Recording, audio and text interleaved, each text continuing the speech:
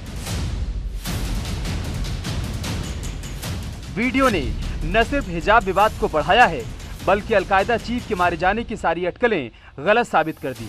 Al Zawahiri का video इस बात की तस्दीक कर रहा है कि अल-कायदा का चीफ अभी जिंदा है। जवाहिरी का यह वीडियो अस साहब मीडिया की ओर से जारी किया गया है, जो अल-कायदा का आधिकारिक विंग है। इससे पहले अल जवाहिरी का आखिरी वीडियो 9/11 की 20वीं बरसी पर जारी किया गया था और दावा किया गया था कि 2020 में उसकी मौत हो गई। यानी उसकी मौत की खबर एक साजिश के तहत फैलाई गई ताकि उसे छिपाया जा सके। हालांकि वीडियो की सत्यता पर अब भी सवाल उठ रहे हैं। अल जवाहिरी की, जिन्ना की, किसी की सलाह की जरूरत नहीं। भारत का मुसलमान भारत की मिट्टी का मुसलमान है, वो यहीं जिएगा और मरेगा तो इसी मादरे वतन के खाक में मिल जाएगा। हमें बाहर से कोई संदेश की जरूरत नहीं है।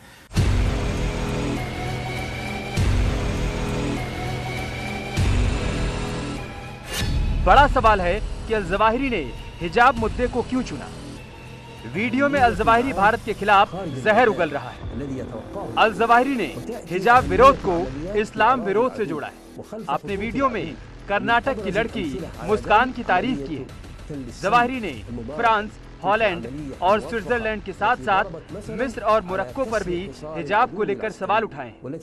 विदेश में बैठा एक आतंकी अगर इस विषय पर अपनी टिप्पणी करता है और भारत में लोगों को और अपने समाज के लोगों को भड़काने की बात करता है और आतंकी तनाव फैलाता है, तो ये चिंता का विषय है। और मुझे विश्वास है कि इसकी पूरी तौर से भर्त्सना भी की जाएगी और भारत की सरकार इसका जरूर संज्ञान लेगी।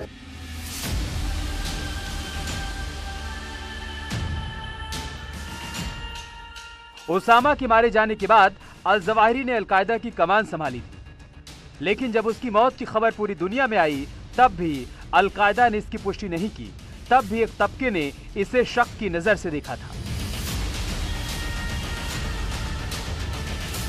जवाहिरी का यह वीडियो लंबे वक्त बाद आया है। अब तक जवाहिरी कहां छिपा था इसकी जानकारी किसी को नहीं है, लेकिन अल-कायदा के लड़ाके पाकिस्तान और तालिबान के कुछ इलाकों में सक्रिय बताए जाते हैं और जवाहिरी के भी यहीं पर होने की बात सामने आ रही है।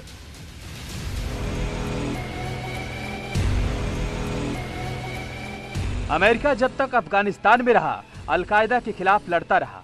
उसामा बिन लादेन को ढेर करने के बाद तमाम सवाल अमेरिका अल जवाहिरी को ढूंढता रहा, लेकिन पा नहीं सका।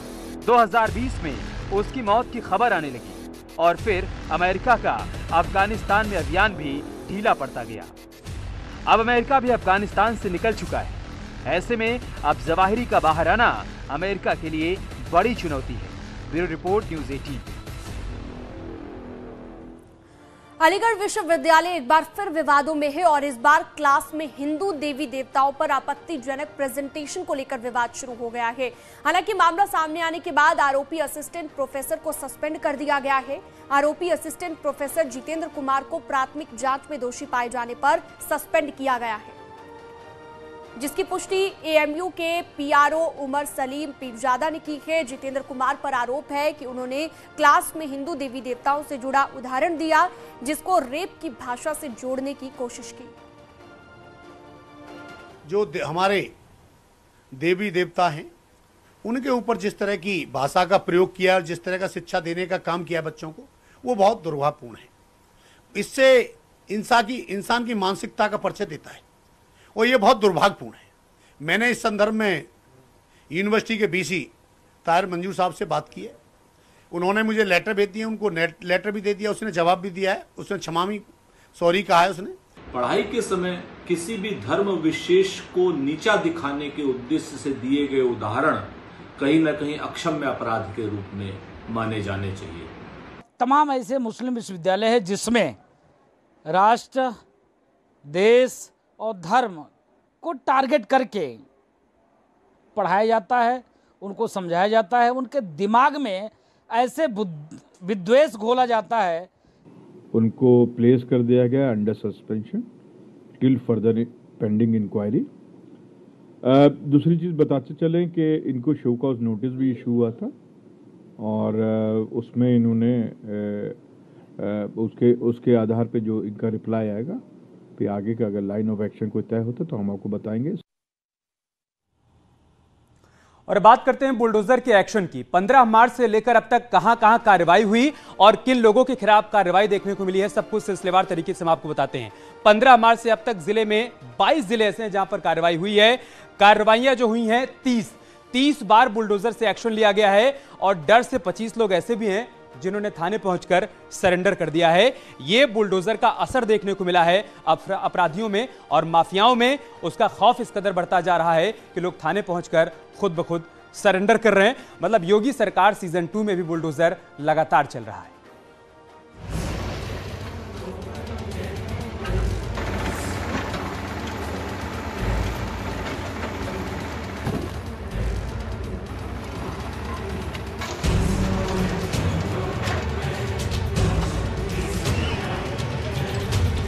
बाबा का बुलडोजर गरज रहा है। शहर शहर, जिले दर जिले अपराधियों पर कार्रवाई जारी है। माफियाओं के अवैध कब्जे हटाए जा रहे हैं। सड़कों के किनारे फैले अतिक्रमण पर भी एक्शन हो रहा है।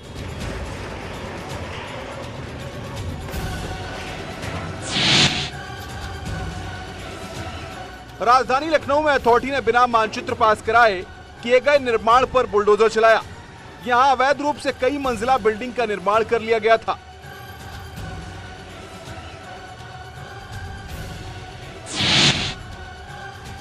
गोरखपुर में विश्वविद्यालय चौराहे से रेलवे स्टेशन तक अतिक्रमण के खिलाफ अभियान चलाया गया।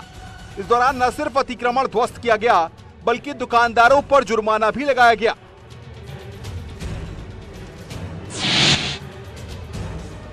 ताजनगरी में आगरा विकास प्राधिकरण ने सरकारी जमीन पर अवैध कब्जा कर किए गए निर्माण को ध्वस्त कर दिया। करोड़ों की जमीन पर दुकानें बना दी गई थी।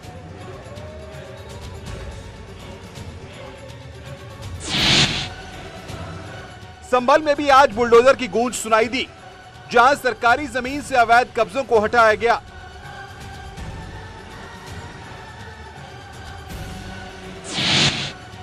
तो महोबा में प्रशासन ने अतिक्रमण के खिलाफ बुलडोजर चलाया।